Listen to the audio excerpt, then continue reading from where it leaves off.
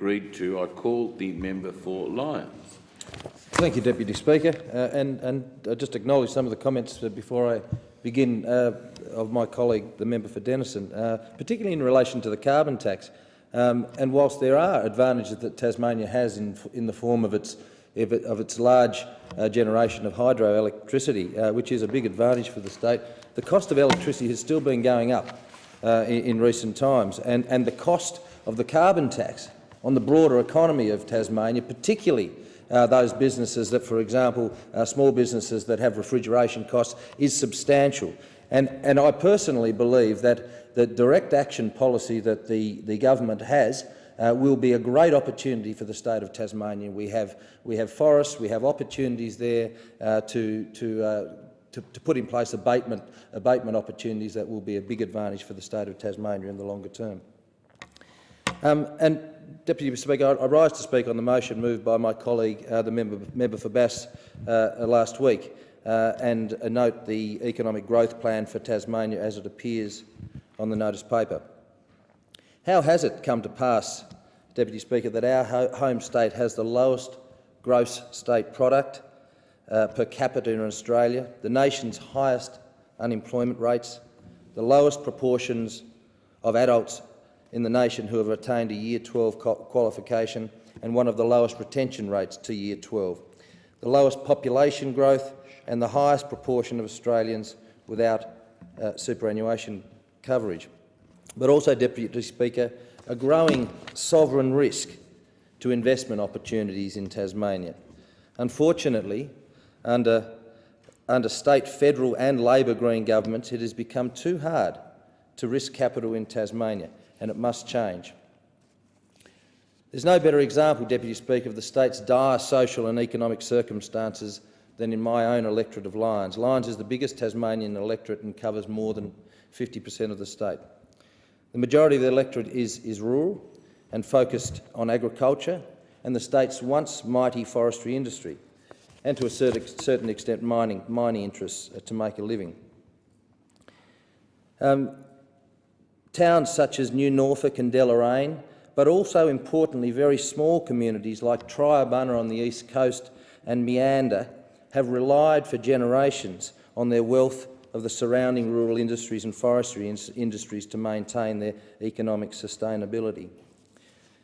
Tasmania does indeed have the highest unemployment rate in the country, now well over 8.5% in trend terms, compared to the latest national average of just over 5.6%. But in Lyons, the annual average unemployment rate has for several years been even higher than the state average. In 2012-13, Lyons had 3,652 of Tasmania's 17,600 unemployed people. Particularly also, building approvals in September 2013 were 5.7% lower than September 12 months ago, according to the Australian Bureau of Statistics Labour Force survey released last month, an indictment on the lack of confidence in the Tasmanian economy as it stands. The spin-off effects of the deconstruction of the forest industry, the state's forestry industry, along with other challenges such as rising energy costs and the high value of the Australian dollar, have hit all businesses, including the big four employers of Norske Skog in my electorate, Nearstar in the member for Denison's electorate, and Bell Bay Aluminium in the member for Bass's electorate. The latest ABS Labour Force survey, again, figures for Tasmania released at the end of October, revealed that the number of unemployed men grew from 4,600 5 years ago to 12,400 in 2013. The number of unemployed women grew from 5,900 to 8,900 in the same period. Unemployed people who work in mining, construction, accommodation, food service experienced the largest percentage growths over that period, nothing we should be proud of. We hear much about forestry jobs lost in recent times, and it is important to remember that when we describe the forest industry, it was never, ever about those people felling trees in the forest or even driving cartage equipment.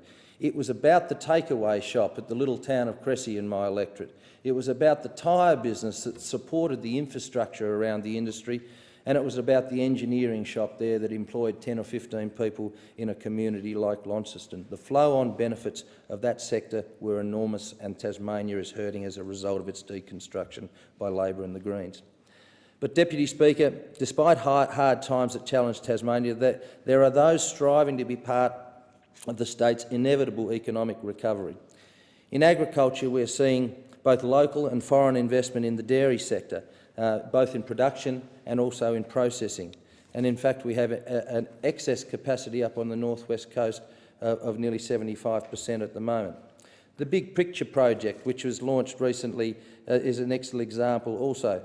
Nearstar, Grange Resources, Bell Bay Aluminium and Norske Skog already contribute over $1.5 billion to the state's economy every year.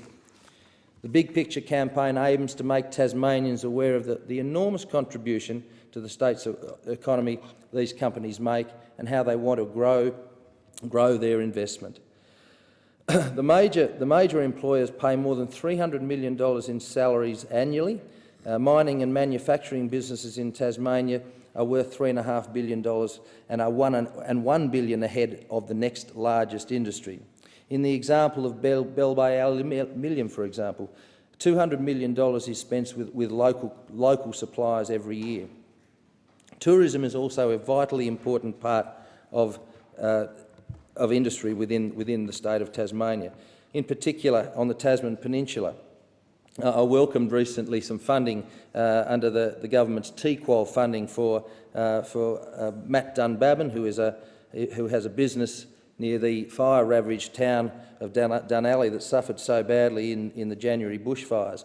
And those sorts of investments in regional tourism will encourage more visitor stays and more opportunities for those people that seek to visit the state's premier tourist attraction, Port Arthur, to spend an extra day on the Tasman Peninsula. Last week, Prime Minister Tony Abbott paid tribute to the Australian Regional Exporter of the Year, a small business located at Cressy in my electorate. They won at the Australian Export Awards. They won the Regional Exporter of the Year award. It's a privately owned business that has tripled its employees in the past 3 years by expanding exports to the Middle East and Asia, and a great example of the innovative and committed, hard-working people that epitomise the character of Tasmanians. I refer back to the motion and the key points as regards to the economic growth plan that was launched during the election campaign, because the coalition believes and will deliver and believe that the economic course of Tasmania can be reset to one of growth, jobs and rising living standards for all Tasmanians. Yes, it can. Under the previous Gillard-Rudd government, there have been no new additional jobs created in Tasmania. In fact, during that period, almost 1 in 10 full-time jobs were lost. And there is no avoiding the fact that Tasmania needs to be more competitive. It must have much greater incentives for the private sector to invest again, innovate and create jobs growth in Tasmania. Tasmania can be competitive, particularly in the resources, forestry, fisheries, tourism and agriculture sectors within the state. We have so many natural and comparative advantages that can provide greater long-term benefits for Tasmania, including renewable energy. Amongst the announcements that we made and are committed to delivering over the course of this government, a major projects approval agency, a one-stop shop for major projects. This will reduce some of the sovereign risk issues with investing in Tasmania. $3,250 for businesses that are willing to take on, in addition to existing assistance, unemployed people for 6 months and keep them on for an additional 6 months. Most importantly, the Joint Commonwealth and Tasmanian Economic Council, including representation from the Prime Minister and Treasurer, will put Tasmanian economic issues at the forefront of the Commonwealth Government policy agenda. We announced $38 million for the upgrade of the Hobart International Airport, $400 million for the Midland Highway, $100 million for mobile phone black spots, which will be very welcomed within the vast electorate of Lyons, $24 million for the Antarctic research in Hobart, and to establish an Antarctic and Southern Ocean Research Centre, $13 million for Sense T, and a vegetable industry task force in Tasmania. Deputy Speaker, I commend the Federal Coalition's economic growth plan for Tasmania, which will provide the architecture to help turn the state economy around. Thank you.